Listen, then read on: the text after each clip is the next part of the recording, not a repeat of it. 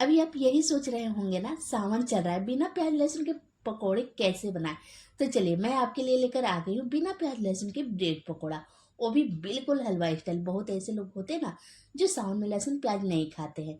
अगर आप लोगों को बिना लहसुन प्याज वाली और भी रेसिपी चाहिए होगी ना, तो कमेंट जरूर कीजिएगा और कौन सी रेसिपी आप हमसे सीखना चाहते हैं जरूर बताइएगा। तो चलिए रेसिपी स्टार्ट करते हैं। तो सबसे पहले ना हम इसके लिए बैटर बना करके तैयार कर लेते हैं। तो इसके लिए बाउल में लेंगे 1 कप बेसन, साथ ही 2 चम्मच चावल का आटा ऐड करें। इसे पकौड़े एकदम क्रिस्पी बनेंगे। बेसन की चीज है तो आधा चम्मच अजवाइन ऐड कर देते हैं। टेस्ट के अनुसार नमक, आधी छोटी चम्मच हल्दी पाउडर, लाल मिर्च पाउडर, जीरा पाउडर, इन सारी चीजों का ना एक बार मिक्स कर लेंगे। फिर इसमें थोड़ा थोड़ा करके पानी ऐड करें और बैटर तैयार कर ले। एक ही बार में पानी ऐड ना करें, थोड़ा थोड़ा करके पानी डालते जाएं और मिक्स करते जाएं, क्योंकि हमें यहाँ पे ना रनिंग कंसिस्टेंसी का बैटर नहीं बनाना है, हल्का थिक ही बैटर बनाइएगा। ये देखिए बिल्कुल इस तरह से। और इसे ना 1-2 मिनट के लिए फेंट लीजिएगा ताकि बैटर थोड़ा हल्का हो जाए। बैटर रेडी है तो इसे रेस्ट के लिए रख देते हैं। अब बनाएंगे एक चटपटा सा मसाला, जिससे हमारे ब्रेड पकौड़ा का स्वाद 10 गुना बढ़ जाएगा।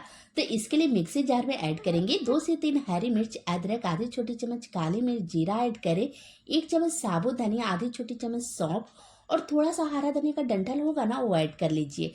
बहुत ही बढ़िया टेस्ट आता है। अब सारे को ना बिना पानी डाले पल्स मोड पर चलाते हुए दरदरा पीस लेंगे। मतलब कि बहुत ज्यादा मोटा नहीं रखेंगे और बिल्कुल फाइन भी नहीं करना है। ये देखिए बिल्कुल इस तरह से आपको पीस लेना है। अब इसमें ऐड करेंगे 2 से 3 चम्मच के लगभग मूंगफली। तो ये मैंने ना रोस्टेड मूंगफली ली है। मैंने मूंगफली को ना पहले इसलिए ऐड नहीं किया ताकि ये दरदरा सा रहे, क्योंकि हमें इसे फ्राई नहीं करना है। बस एक बार मिक्सी चलाए फिर बंद कर दे। तो देखिए मैंने सारे को पीस लिया और ये मूंगफली ना बिल्कुल फाइन नहीं हुए हैं, हल्के दरदरे से है।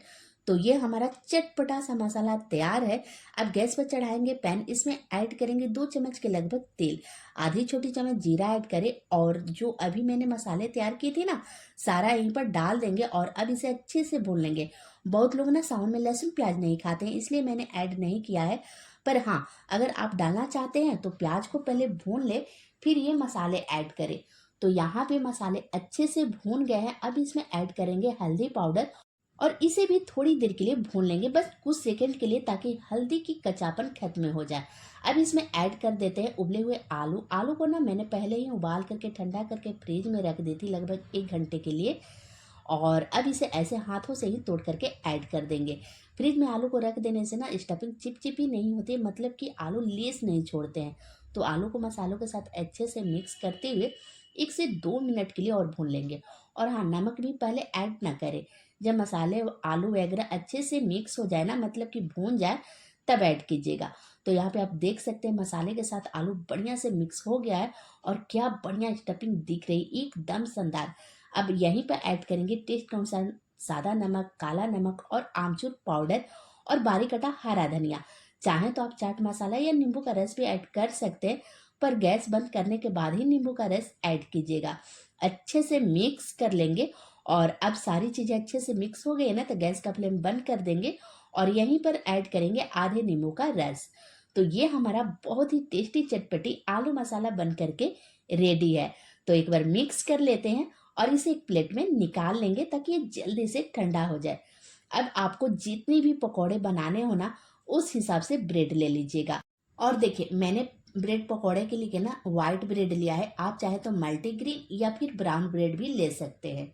तो यहाँ पर मैंने 6 से 7 स्लाइसेस ब्रेड के ले लिए हैं और अब इस पर लगाएंगे टमाटो केचप। तो मैं ना ब्रेड के दोनों स्लाइसेस पर ना टमाटो केचप ही लगा रही हूँ। अगर आप चाहे तो एक साइड में ना ग्रीन चटनी भी लगा सकते हैं, हरे धनिया पुदीने की। अब आपको जितनी मर्जी हो उस हिसाब से स्टफिंग रखिए और सभी तरफ अच्छे से एक बराबर फैला दीजिए, बिल्कुल इस तरह से। तो सभी तरफ ब्रेड के ऊपर अच्छे से स्टफिंग को लगा देना है और फिर दूसरे ब्रेड के स्लाइसेस से ना कवर कर देना है। और अब इसे 4 पार्ट में डिवाइड कर लेंगे। मैं ना मिनी ब्रेड पकौड़ा बना रही हूँ, इसलिए 4 पार्ट में डिवाइड कर रही हूँ। अगर आप बड़े साइज के ब्रेड पकौड़ा बनाना चाहते हैं तो 2 पार्ट में डिवाइड कीजिएगा। मिनी ब्रेड पकौड़ा ना बेसन के घोल में अच्छे से डीप हो जाते हैं और इन्हें फ्राई करने में भी ना आसानी हो जाती है। तो सारे ब्रेड को ना पहले इसी तरह से तैयार करके रख लेंगे। बस आपको ब्रेड के ऊपर मसाले अच्छे से लगा देने हैं, फिर दूसरे ब्रेड से ना कवर करके कट कर लेने हैं। तो यहाँ पे मैंने कुछ ब्रेड के स्लाइसेस को तैयार कर लिया है, बाकी के स्लाइसेस को ना तैयार करते जाएंगे और फ्राई करते जाएंगे। अब बेसन वाला बैटर लेंगे और इसमें चुटकी भर बेकिंग सोडा और 1 चम्मच गरम तेल ऐड करेंगे और अच्छे से मिक्स कर ले। गरम तेल ऐड करने से ना पकौड़ा सुपर क्रिस्पी बन करके तैयार होता है। तो अब हमें क्या करना है ना, ब्रेड के स्लाइसेस उठाना है और इस तरह से बेसन के बैटर में अच्छे से डिप करना है, मतलब कि सभी तरफ से ब्रेड पर ना बेसन की कोटिंग हो जानी चाहिए और इसे इस तरह से उठाते जाए और गरम तेल में डालते जाए। तेल बहुत ज़्यादा गरम नहीं होना चाहिए, मीडियम गरम तेल में पकौड़े को डालना है और जब एक तरफ सीख जाए ना तब दूसरी तरफ पलट लेना है। ऊपर से थोड़ा थोड़ा तेल को छिड़कते जाना है ताकि ऊपर से भी ये सीख जाए और पकौड़े को इस तरह से अलट पलट करते हुए दोनों साइड से बढ़िया सा गोल्डन कलर आने तक फ्राई कर लेना है। पकौड़ा डालने के बाद ना फ्लेम लो मीडियम कर लीजिएगा। ये पकौड़ा ना बहुत ही जल्दी फ्राई हो जाते हैं, इन्हें फ्राई होने में ज़्यादा टाइम नहीं लगता है।